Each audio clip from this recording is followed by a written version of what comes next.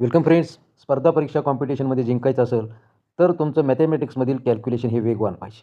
हा एक टक्केवारी ट्रिक आहे. तो जर तुम्ही शिकलात तर क्वेश्चन वाचता वाचता तुम्हाला त्याचं उत्तर तयार करता येईल. थोडासा वेगळा आहे. बरेच विद्यार्थी चुकतात. ते एकदम सोपं आहे पण चुकतात.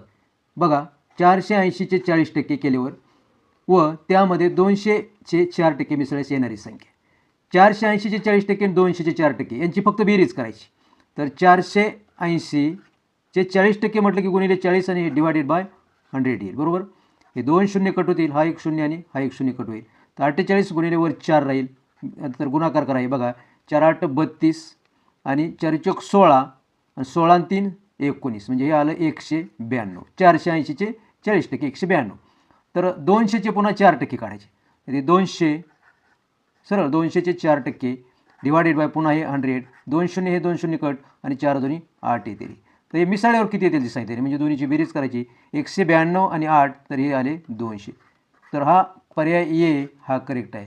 मित्रांनो, असेच जर तुम्हाला मॅथेमॅटिक्स किंवा जी केचे व्हिडिओ पाहिजे असतील तर चॅनलला नक्कीच सबस्क्राईब करा. So thanks for watching.